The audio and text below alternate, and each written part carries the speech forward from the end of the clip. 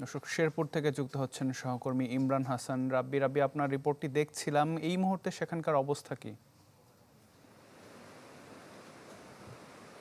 আতিক, স্মরণকালের সবচাইতে ভয়াবহ পাহাড়ি ঢলে প্লাবিত হয়েছে ঝিনাইগাতী উপজেলা। আমি এখন এই মুহূর্তে রয়েছি ঝিনাইগাতী উপজেলা পরিষদের সামনে। এখন পর্যন্তও কিন্তু ঝিনাইগাতী উপজেলা পরিষদের ভেতরে এক কোমর পানি।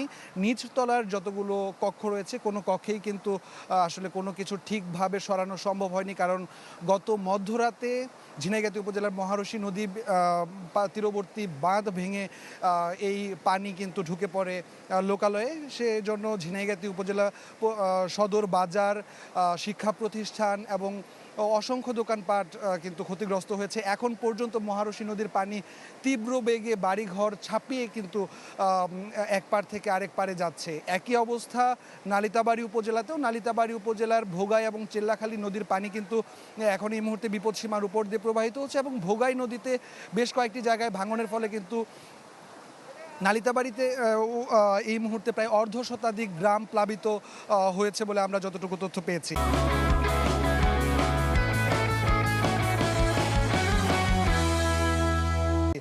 আমরা উপজেলা প্রশাসনের সাথে কথা বলেছি। উপজেলা প্রশাসন আমাদেরকে জানিয়েছেন যে এখনও এই মুহূর্তে কোনো ধরনের শুষ্ক খাবার বা বন্যা কবলিত এলাকায় কোনো ধরনের সহযোগিতা পৌঁছানো সম্ভব হয়নি। তবে শেরপুর জেলার বেশ কয়েকটি স্বেচ্ছাসেবী সংগঠনের সাথে আমরা কথা বলেছি। তারা কিন্তু ইতোমধ্যে উদ্ধার কাজ শুরু করেছে এবং একই সাথে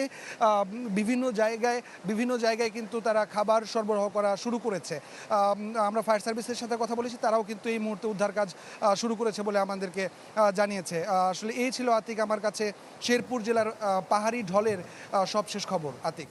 জি রাব্বি, ধন্যবাদ যুক্ত হওয়ার জন্য। সহকর্মী ইমরান হাসান রাব্বি জানাচ্ছিলেন বন্যা পরিস্থিতির খবর।